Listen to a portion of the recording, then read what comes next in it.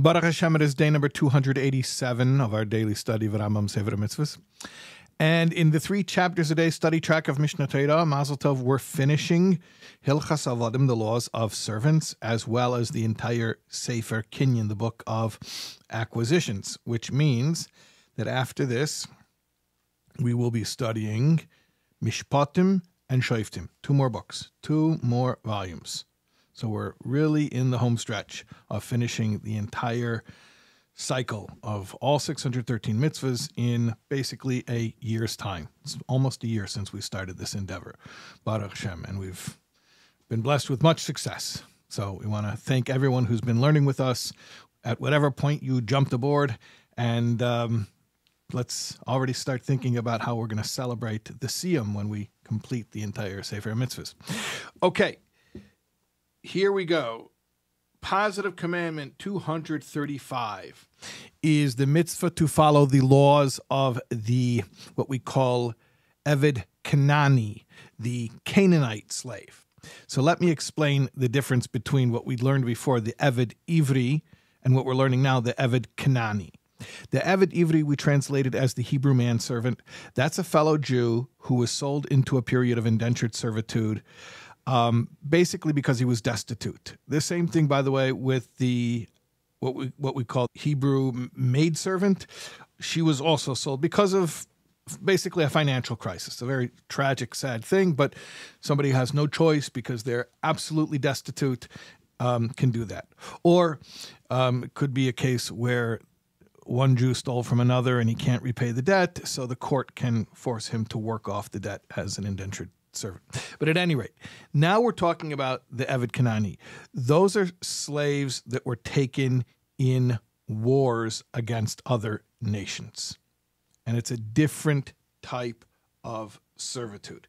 So that is Positive Commandment 235. And I should mention that there's no term limit like we had with the indentured servitude, where it's 6 years and then seventh year go free type thing. With the Canaanite manservant or maidservant, there is no term limit. However, I should mention,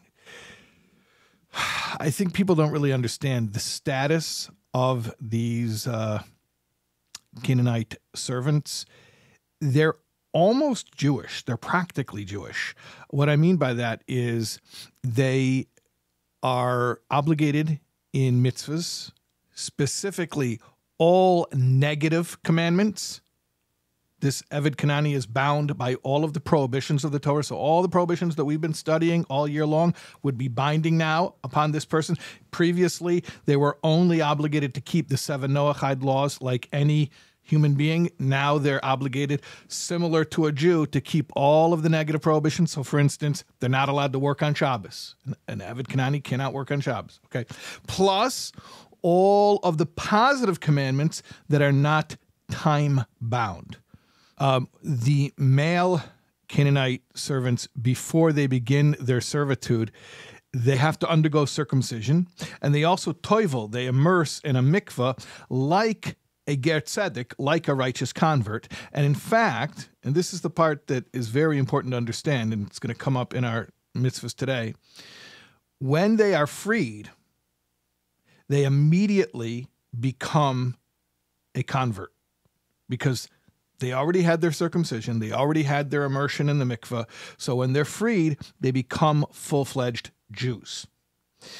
And there's a story in the Talmud about Rabbi Eliezer entered a synagogue once with his Eved Kanani, with his Canaanite servant, and they were short for a minyan, so he freed him, and on the spot he became Jewish, and he was the 10th for the minyan. So it's a very interesting halachic status. Okay, Negative Commandment 254 is the prohibition against returning a runaway slave. If an Eved Kanani, if a Canaanite servant ran away from his master and made it to the land of Israel, we will not force him to leave the holiness of the land. You cannot, what would you call it, extradite him, send him back. You can't do that. And in fact, he becomes automatically freed. And as I mentioned in the previous mitzvah, when an Eved Kenani becomes free, he retroactively converts his circumcision and his immersion in the mikveh that he already did take effect, and he becomes a full-fledged Jew bound in all 613 commandments. Okay. Negative commandment 255 is the prohibition against speaking hurtful words to this escaped slave. Remember, we had the prohibition against speaking hurtful words, and then we said there's a special protection against speaking hurtful words to a ger tzedek, to a convert, a righteous convert, somebody who became Jewish. So similarly, there's a prohibition against speaking hurtful words, against distressing or humiliating such a person. Although it's prohibited to do this to anyone, but there's special protection for this person because, after all, he's coming from a background which may be looked upon with certain stigma. He's at a disadvantage. He certainly doesn't have a family. He doesn't have a community. He's a newcomer to the culture. So the Torah gives him added protection. You're not allowed to distress him. Okay, those are our mitzvahs that complete Hilchas Avodim, which completes Sefer Kinyan. Mazel Tov. We will see you for more tomorrow, God willing.